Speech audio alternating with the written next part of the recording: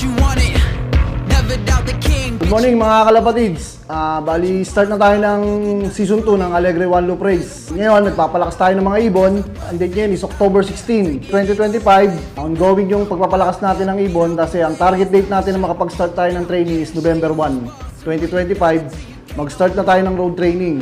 Ikakarga na natin yung mga ibon sa truck. Tapos unang bitaw natin is 5 km. Tapos palayo na ng palayo yun. So, target date natin para sa final race is January 2026. We gon' fight. We gon' fight. Yeah, we gon' fight. Better bring your A game, cause I'm coming for your life. We gon' fight. Fight, fight, fight. We gon' fight. Fight, fight.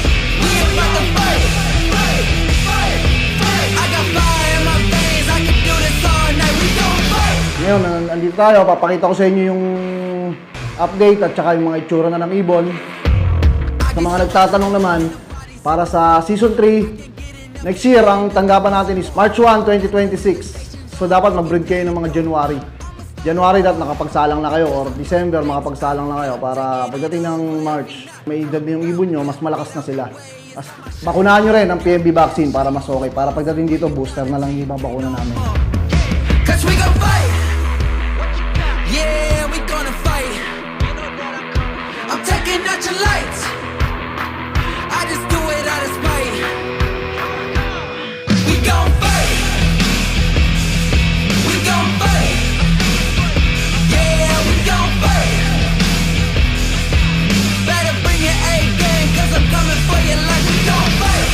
Fight, fight. We gon' fight. Fight, fight. We about to fight.